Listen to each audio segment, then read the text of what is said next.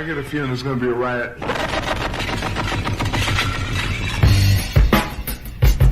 I don't read the newspapers because they all have ugly prints.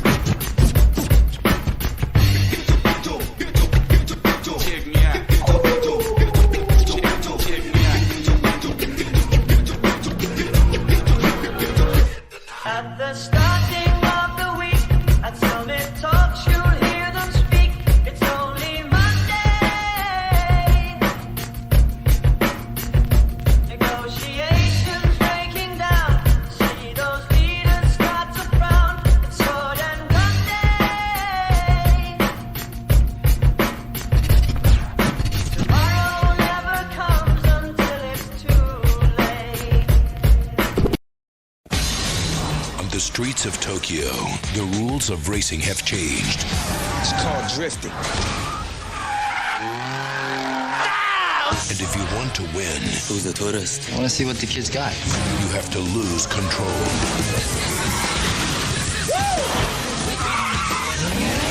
Now what, Paul? Come on! The Fast and the Furious Tokyo Drift. Rated PG-13. Starts June 16th. Hello, friends, and welcome to the most glorious of events, the Movie Mavericks podcast. This outstanding program is hosted by two fine gentlemen, Jason and Trevor. Now make it so. MovieMavericks.com. Hey, now everyone, welcome to a special episode of the Movie Mavericks podcast. I'm Trevor Anderson. Send you over to Jason Rugard. He's got a rundown for us. On tonight's retrospective episode, we are continuing our look back at the threequels, the third entry in franchises to go along with it being 2023, as we had discussed on the last retrospective, which I think was Ninja 3. Before we get into the podcast, please, I want to remind everybody, if you're listening to this on Apple, Spotify, Stitcher, Pandora, whatever you may be getting this podcast through, please like the show, rate, review it, pass it, share it along. It helps the show grow and continues giving you good episodes like this. But let's get back into it. Trevor, did you enjoy going back and looking at Tokyo Drift, which is officially the third release in the Fast and Furious franchise? Yes, I did. Really? This is I thought this was great. Yeah, I thought it was just was a nice, simple action movie. Yeah, I still liked it. I liked it when I saw it, 25 years ago almost? No, it's 16 years ago now. 2006. 16, yeah. Oh, I'm sorry, 17 now, as we sit. I enjoyed it. I still think it's a nice movie. It's well crafted, well directed. The flow is really great. Some of the dialogue's not so fantastic. What's his name? Lucas Black. It sometimes gives a stiff delivery, but it still works, I think, because his character is kind of a stiff person anyways. I enjoyed it. You did not like it? I really liked it when we first saw this in theaters, and going back and watching it today, a couple of things struck me, and I didn't enjoy it nearly as much as I thought I was going to. We've talked about this over the years, how we kind of felt that this was, for a long time, the overlooked one in the franchise, although I think that's been rectified now that they brought some of these characters back for Fast and Furious 9. You know, they kind of tied some loose ends up there. So it's not the little engine that could anymore in the terms of being overlooked in the series.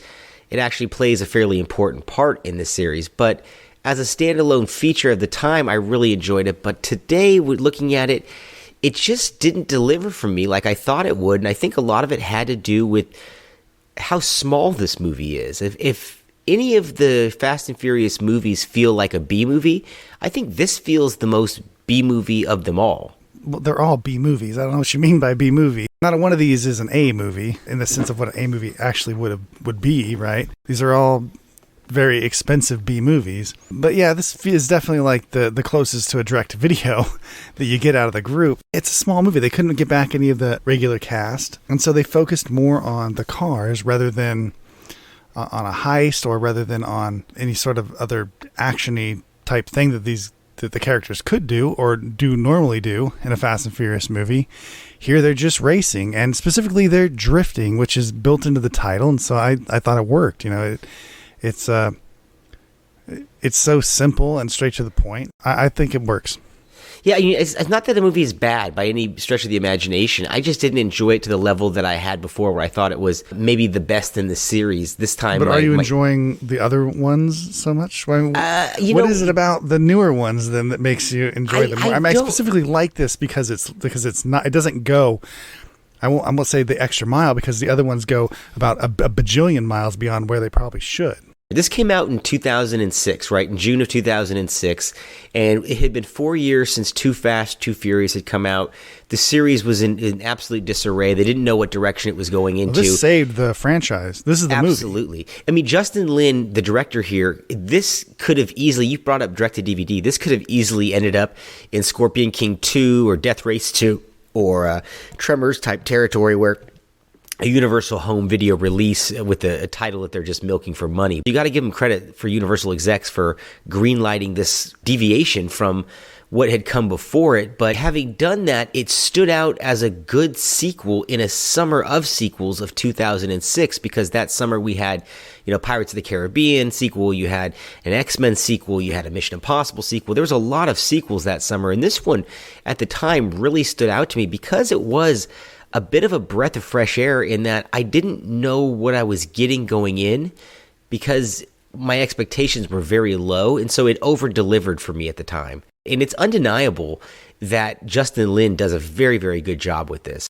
He's a USC graduate, just like John Singleton was on the previous film, and he had come from an indie film background and brought some of those actors with him, and that really, I think, is what makes the difference in this being a cut above a direct-to-DVD movie. You can see a real director at work here, which is why I would undoubtedly understand why Universal gave him the franchise after this, even though this didn't perform that well. I get why everyone made fun of it, even though drifting was all over the damn place for some reason for a short while there. I don't think it was because of this movie, but regardless, that didn't entice anyone to take this any more seriously. For me, I watched this and I think, oh yeah, give this guy a bigger budget, give this guy a bigger movie, and they did. And what happened to this franchise? It took off. Absolutely, and he is the savior of the franchise. That's why this is an important entry in a lot of ways, because it brings him into the fold, and he's the man, Justin Lin, we're speaking of, the director of this, the man most directly responsible outside of Chris Morgan, the scripter, for shaping this franchise into the behemoth that it is currently. We're awaiting, as we record this, the 10th installment to come out just a little over a month's time. So this money-generating machine keeps going and going. And this was at a time when this movie was released where Universal didn't know what the next step would be, but the returns on this were good enough that they decided to go ahead and do a part 4. Do you know the timeline of this? Do you know where this takes place in this, even though this is the third released, but chronologically in the series, do you know where this takes place? I don't anymore. I mean, I remember when this came out, all this timeline nonsense back in the day, but I have long since forgotten any of that. So if you know, fill us in. I'm only going to tell you because I recently saw this. It was playing on a hotel TV, and it cut to the sequence, and I thought, no shit, and I had to look it up. This movie takes place during the first act of Furious 7. How bizarre is that? Vin Diesel leaves Dwayne Johnson's hospital bed in Furious 7 in the opening act and says, I'm going to Tokyo. Yeah. Then comes and has this little adventure and then goes back and finishes off Furious 7. So that's technically where this movie lands in the series chronological order, if you're doing like a Marvel Phase 1, 2, and 3 kind of thing. Right. You got to give it up for Chris Morgan, the screenwriter here, who I believe this is his first entry and then would take on scripting duty henceforth, for coming up with not only a story that fits within the world, but then retroactively making it fit into everything that would come later and before it. I mean, because this movie is what most notable for introducing Han, the character of Han, to the series, I'd say, outside of Justin Lin, obviously. Yeah, and that's something else that I really liked about this movie is that the character introductions are fun in this. Actually, the flow of the movie is really fantastic, but that includes the character introductions. And when you first see Han, he's of course in the background, but you know right away the way he's shot, the way he looks, is watching things unfold and everything. You know that's going to be a main character, and this movie is like on the mark, when it comes to that kind of stuff. And he has such charisma, that actor who plays Han, that it was clear that they were going to have to reuse him in some fashion. And I'm not upset that they did. I've always liked that character in the series. What Justin Lin did was take a lot of his acting troupe from his independent films and use them in this, just like how John Singleton brought Tyrese from his independent film or his lower budgeted films into the big budget franchise and made a star out of him. There's a lot of odd series similarities I saw here. I mean, it continues that series oddity of casting, an African-American rapper as a sidekick or a supporting character in Bow Wow. In this, that continued with Tyrese, with Ja Rule. It would go on with Ludacris.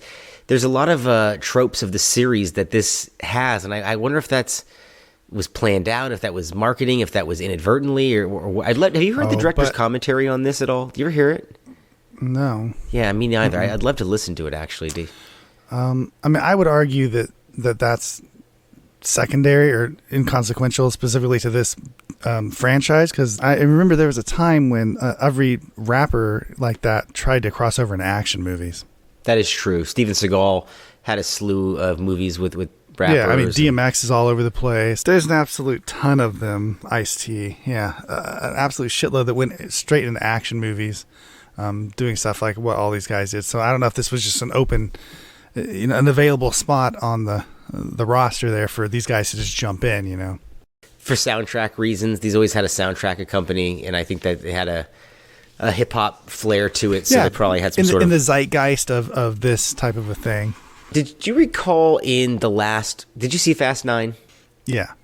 Do you recall that I don't know. The three main characters of this they all blend together. got reintroduced in Fast 9? They were helping them get shot into space. Right. So they did bring back. I do remember that.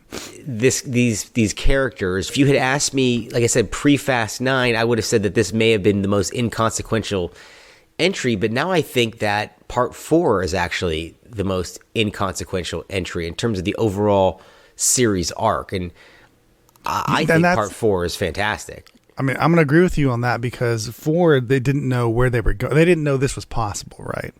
They didn't really know that they were rebooting the franchise. They probably didn't really know how. They wanted to stay true to something from the original, right? But now they're starting something new. So that is kind of the one that wobbles there, Whereas after that one, this franchise knows exactly where it's going. It's going to the moon. Literally. Right. It's going to, yeah. They're superheroes at some point. They're doing all kinds of shit. We're doing everything, and yeah, it just constantly tries to one-up itself for ridiculousness, right, as far as action goes. So it finds its way after that. But you're right. I think that because this third installment here is nothing to do with the franchise, really. This is like its own movie, its own thing. It knows what it is. But the fourth one, it feels like it's feeling out the franchise again. Like okay, the original people are back. And so I often wonder, how would the third installment, if they had brought back the original cast, this movie simply, I think, would just not exist, and we would just get number 4. Totally. Yeah, absolutely. So, which is another reason I think it's fantastic that this movie exists, that they had to do it with a low budget, that they couldn't get anyone back. Nobody had any faith. Nobody gave a shit about this movie, and it turns out to be great. These are the kind of movies that I like, these little hidden gems. And that's what I think was so surprising when I saw it in a theater, because I thought, how many different ways can you shoot a car? I felt like I had seen over the course of 2 movies what 2 good directors in Rob Cohen and John Singleton, who did the first and second respectively, what they could do with the medium. And I didn't think that there was going to be anything new, but Justin Lin did find a way to get things done. And his style and his inventiveness and what they were able to achieve is obviously gone way up since then. But even on here, it's very obvious that he has a love for big budget filmmaking, not just indie films, which is what he had launched his career doing, but this large Hollywood canvas type stuff. And he's very good here. I mean, the way he shoots the action is exquisite. Tell me, when you watch this movie, this is a movie that feels like this is edited the way it's shot. You feel like this just fell into place. I mean, maybe that's not tran, but that's how this movie feels. I mean, like the flow of the whole thing, from camera angles to dialogue to timing to everything, just feels like it just fell into place. You got to give it up too for director Justin Lin for casting the eldest sibling in Home Improvement as the villain in the first scene, right? Good on him for giving that kid some work. Yeah, right. I mean, that those kids used to pop up, and things. Even in 2006, it was odd to see him pop up in shit, and I don't think I've seen him in anything post. Still playing a teenager. Yeah, right. Still look like a prick, to be honest with you. He's probably a nice guy though in real life. It is weird though for this, and there's a lot of movies and even TV shows back in the day that played this type of thing out with the guy from the wrong side of town, like coming into like the rich kids area, you know? Oh yeah. And, I'm thinking of like the OC, obviously for like TV and stuff, but there were a bunch of movies that did similar things. And specifically because of the housing track, which is in something that is in a lot of these movies and TV shows, which I don't know why, but is in this as well. Yeah, that was almost a trope for a while. Like kids were hanging out in an odd one. Yeah. I don't get why. Racing through them, and it's where all this kind of trouble or mayhem would happen in these shows. Like in the OC, there's literally a thing. There's a movie. What was the movie with Jeff Bridges where the girl was the gymnastics movie? I can't remember what that movie's called. Stick It. Right? Stick It, It's basically Tokyo Drift. It's weird as shit. I don't understand why this stuff, it's one of those things where everyone, I guess, had the same idea all at once. I not only didn't know that Stick It was Tokyo Drift, I didn't know that you had seen Stick It. I like Stick It, actually, because it's one of these types of movies or things. But literally the beginning of that movie takes place there's a chase scene in a track home thing that's being built, just like the OC. In the sense where he goes to, it's weird, man. I think Never Back Down has a sequence like that as well. Does it? Yeah. See, and that's around the same time too. It's so weird. I think that's just weird. Yeah, it's probably was something seeps into everyone's minds at the same time or something. Easy production design. Well, I do think that the movie really picks up, for me at least, about 2/3 of the way through when they have that fantastic chase that ultimately leads to Han's character being what we think is killed, which obviously if you've seen the series, he isn't, but that culminates that chase in his death. And I think that to me is the high point of the movie in terms of action, and it's just fantastically staged. We're going to take a break here for a second and let you listen to Justin Lin discuss how this movie was filmed in different cities, and not a whole lot of it was actually filmed in Tokyo. I think it's a challenge. I mean, it's like, for example, it's a challenge to shoot car chases to begin with. But the fact that we're supposed to be in Tokyo, and it's impossible to shoot chases in Tokyo, and I wanted a Tokyo chase, we actually had to shoot in 2 different cities for it. So instead of on top of your normal challenges, we had to bring 2 cities into one and make it one, continuous chase. But there's challenges in filmmaking no matter what you do, whether it's even 2 people in a room, you can have challenges. But even here, going into Tokyo, and where they're very respectful of their citizens and the community, they don't give out film permits. So you're going, and we have these huge crews, and we have no permit. We can get shut down at any time, But that's fun. That's part of going there and learning and dealing with it.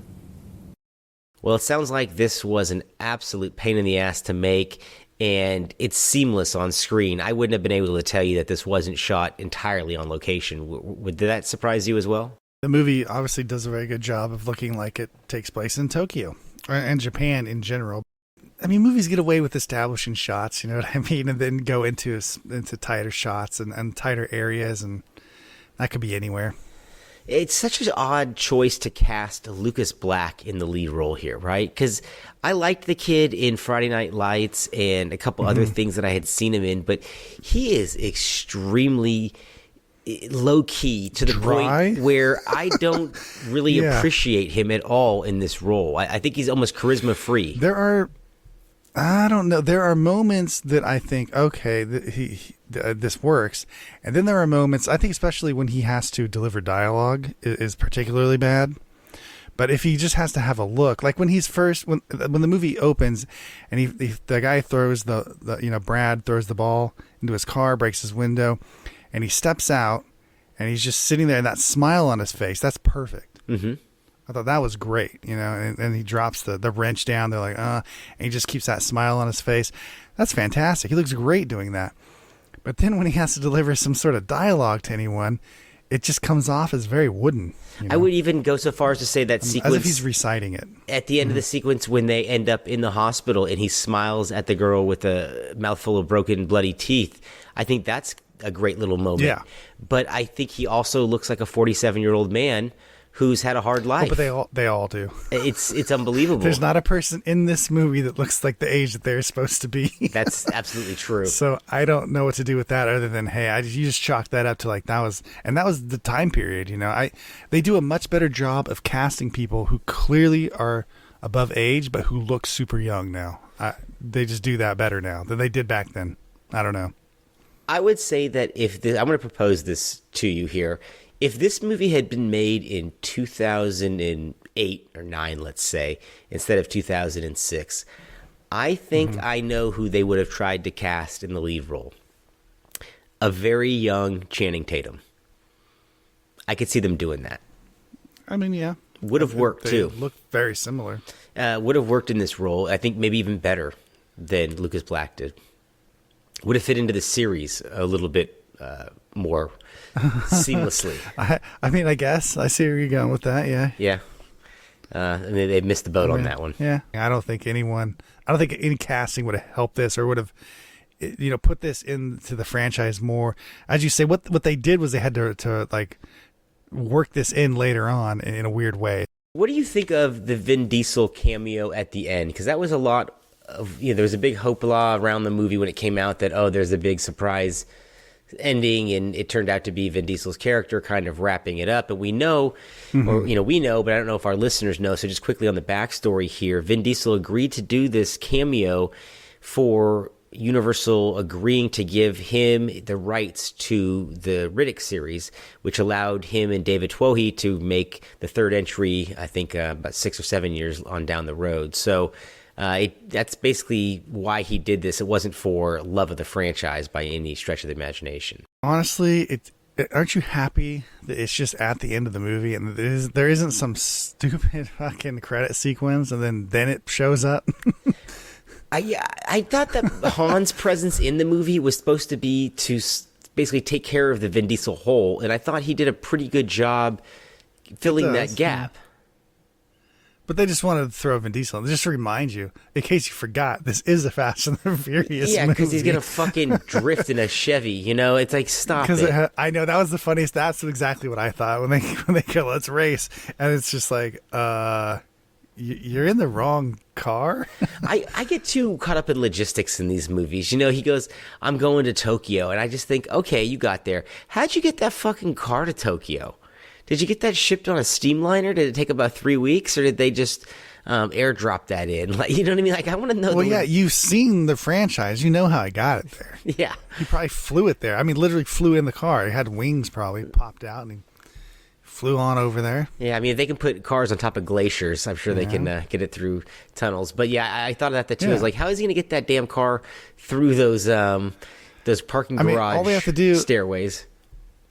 You just shift. You shift, and then that solves your problems. It makes you go faster. It makes you give more control of the car. It makes you fly. You can pop wheelies. I don't know. You can do all kinds of shit if you just shift. That's what I've learned. All I learned about street racing through the Fast and Furious movies is that if you have NOS, and whoever hits that at the correct time wins. Yes, it's the juice button in the video game. Well, it's the crane kick of the franchise. It truly is the crane kick of the franchise. Oh, that's fucking fantastic. It's the crane kick of the franchise. Oh my goodness. That's perfect. I mean, that should be on a poster somewhere.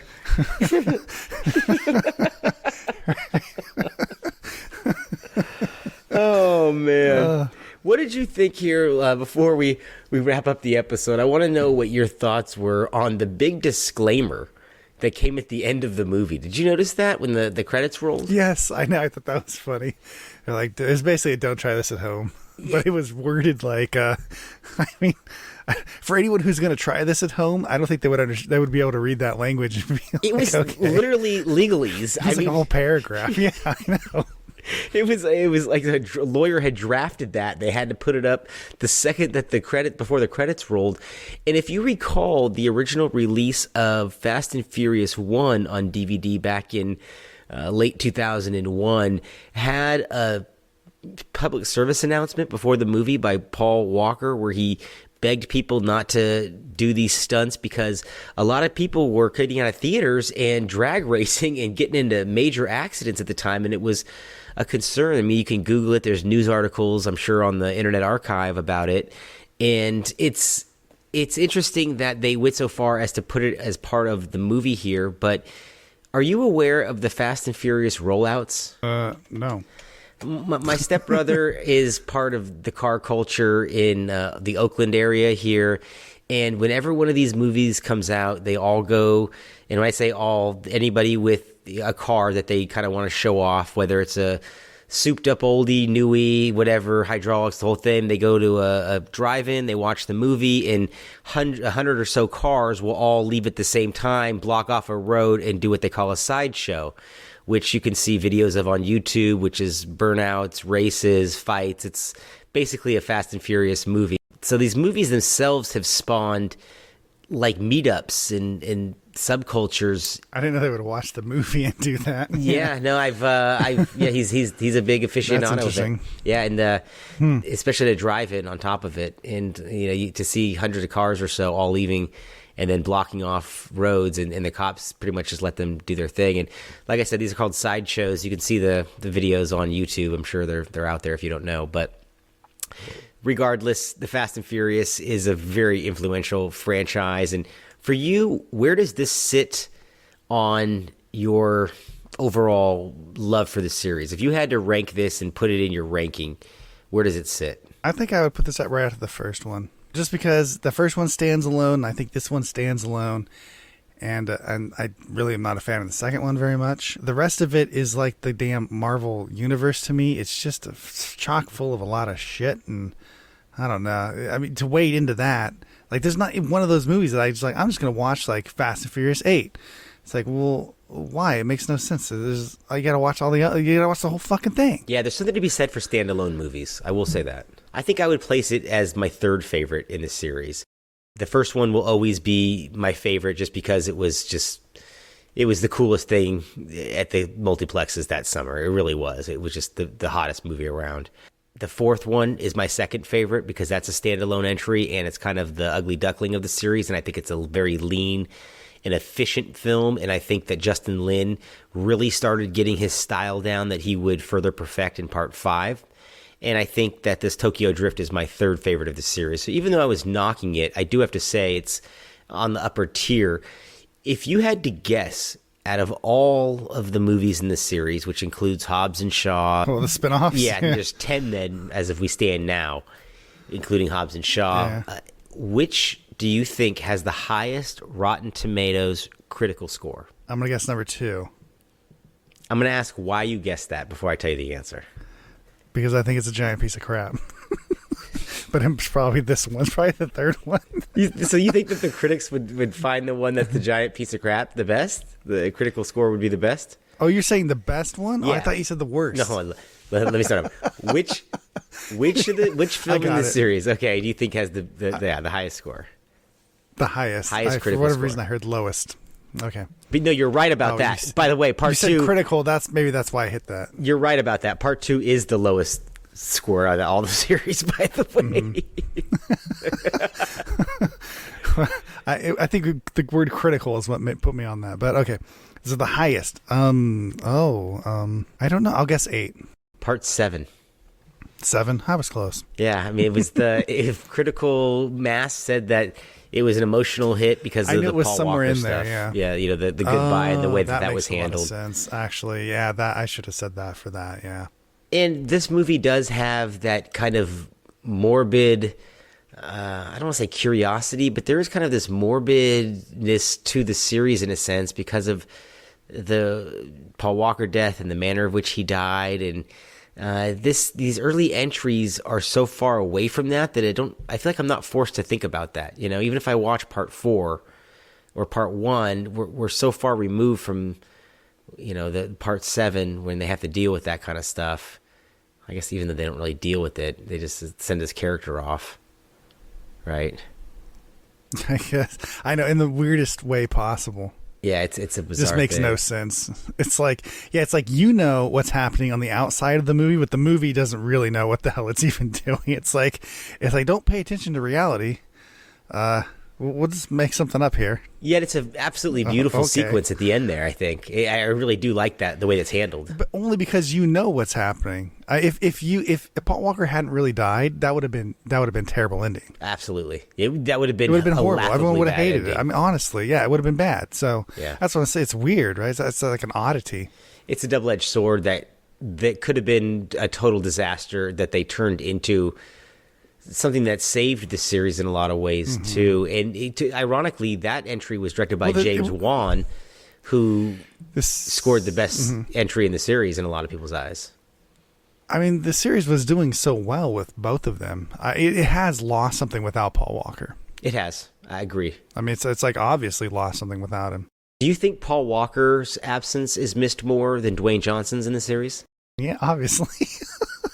Well, I mean, they're both big stars of the series, but I think that Paul Walker's way more integral. I mean, yeah, you have like a founding member versus some guy that just showed up and was worked into the series. That'd be like Statham disappears from the series. No one's gonna give a shit.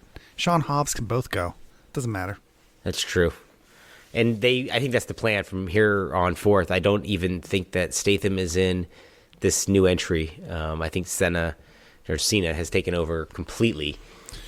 Yeah, well, we can't get rid of bad guys now either at this point. Everyone hangs on in this series. Like someone's got to go. It's like watching a G.I. Joe cartoon. Nobody actually dies. That they parachute out of the thing, or you know what I mean? The laser hits them and they can be good revived. guys are bad guys, but there's still good bad guys, and then they're good guys, and everyone's just hanging. Everyone just has a reason to do the shit they're doing. It's like, okay.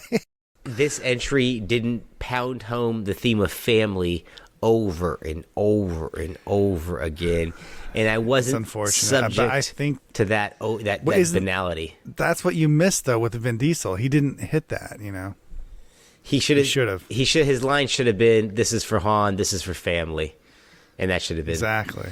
One area we didn't cover yet was that Sonny Chiba makes a brief appearance in this, who is a big Quentin Tarantino loves this guy, the Street Fighter films.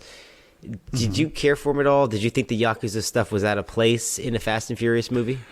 I completely felt that the Yakuza stuff was out of place here, but this is Fast and Furious, which is why I think they put it in here, because they needed someone had to point a gun at somebody, right? That's true. Otherwise, it's just car racing, and I think they needed something nefarious behind that car racing. And well, you're in Japan. What else? Who else is there? What else is there? You know.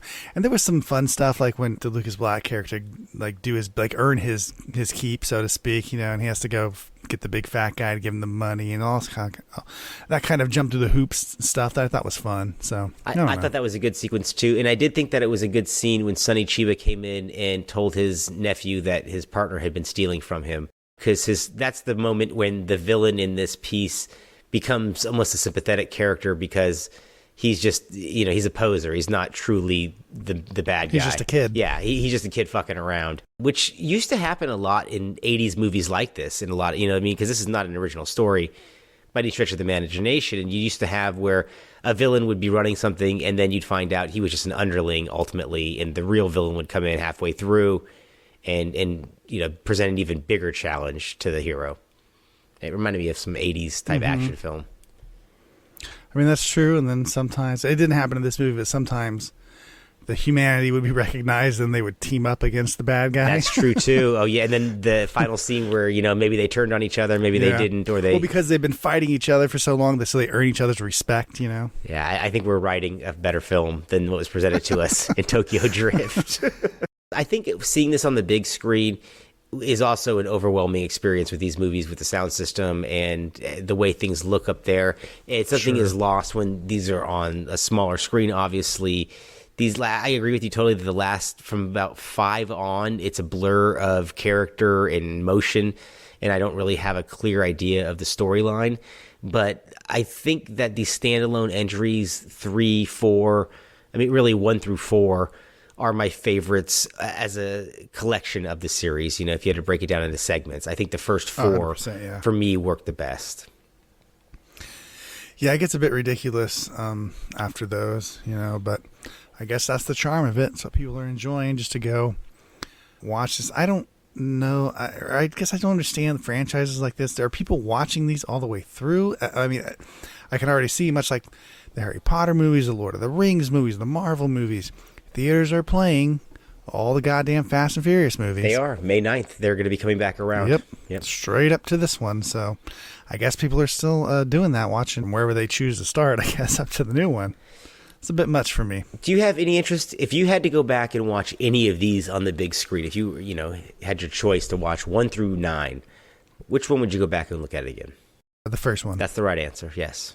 It's been a while since I've seen that one, and I think that would be the funnest to see on a big screen again, to be honest with you. I don't know. I don't really want to see anything 5 and beyond on a big screen. I already have. Yeah, the first one I remember it, Yeah, the first one just because I remember it playing so well on a big screen, especially that sequence when they're transferring the guy from the truck to the car and he gets caught up on the And that also, that would have been filmed. But the original would have been shot on film. It was back when well, not shot on film, but projected on film. 100%. So that's why I think that would be the most interesting to go back and see, because it's been that long, And those movies look surprisingly better than most of the newer stuff. I don't know, the way the older movies are shot and stuff. They're just brighter, more vibrant. They use that tobacco filter on the first one that gives LA a beautiful look, that sun-drenched, orange-kissed look. Mm-hmm. I love the way the first movie looks. Yeah, they don't do a lot of stuff like that anymore. That Michael Bay-ish type heavily filtered stuff. They don't do it anymore. It's too cleaned up now. And I'm not talking about digital filters. I'm talking about filters on the camera, gradients and whatnot that are adjusted and moved just to the horizon, just to the skyline and stuff. To do that stuff, it's fucking awesome looking. It's beautiful, and a lot of smoky scenes too. A lot of rooms backlit with smoke, to give something a little more atmospheric quality, which you don't quite read so well on high definition video. Well, that's going to wrap up our episode on Tokyo Drift. We want to thank you guys for taking a look back at the third entry in the series, our third retrospective for 2023, where we are only looking at third entries. It's a lot of threes, my man. Only number threes. What are we doing next? I don't know. We're going to have to discuss this because I have a list here I want to go over with you off There's air. a lot of them. And we'll leave it as a surprise for the listeners, but we will be back with you guys shortly with another third. You had an idea? In general, we're trying to line them up, right, with stuff that's coming out, possibly franchises and whatnot, like we did with this one. That's right. So Fast and Furious 10 is going to be coming out soon. Indiana Jones 3 will be the new Indiana Jones will be coming out soon, so we'll be releasing something to coordinate with that, as well as Mission Impossible, and then a whole bunch of ones that you guys aren't expecting. So keep a lookout. We want to thank you guys all for joining us. We have a worldwide audience. Hello to you all in Australia, Cambodia, the United Kingdom, everybody out there, including the United States. Thanks for listening, guys. Speaking for Trevor Anderson, I'm Jason Rugard, and we are the Movie Mavericks. And if hit NOS at right time, no can defense.